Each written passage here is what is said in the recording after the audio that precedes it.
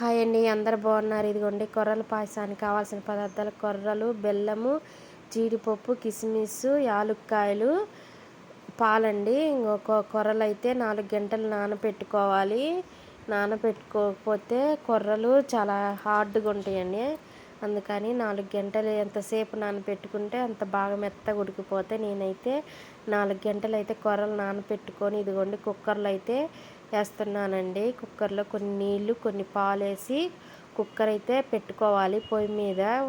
ఇదిగోండి పాలు ఉడికినాకైనా పాలు పోసుకోవచ్చు, ఇలాగైనా కుక్కర్లో అయితే పాలు పోసుకొని పొయ్యి మీద పెట్టుకోవాలి. కొర్రల్లో ఒక గ్లాసు కొర్రలకి 2 గ్లాసులు వాటర్, ఒక గ్లాస్ అయితే పాలు పోసుకున్నానండి. పాలు పోసుకొని ఇదిగో నేనైతే గ్యాస్ మీద పెట్టుకున్నాను.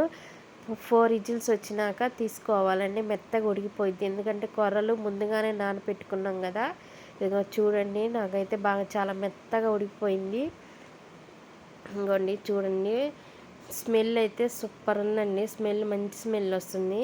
దీంట్లో అయితే ఇదిగో నేను ఇప్పుడైతే బెల్లం వేసుకుంటున్నానండి. ఒక గ్లాసు కొర్రలకి గ్లాసు కప్పు నిండా బెల్లం అయితే వేసుకున్నానండి. ఇంకా తీపి కావాలన్నోళ్ళు గ్లాసున్నర బెల్లం అయితే వేసుకోవచ్చు. నేనైతే గ్లాస్ కొర్రలకి గ్లాస్ బెల్లం అయితే వేసుకున్నానండి. టేస్ట్ అయితే సూపర్ ఉంటుందండి. ఒకసారి ట్రై చేసి చూడండి.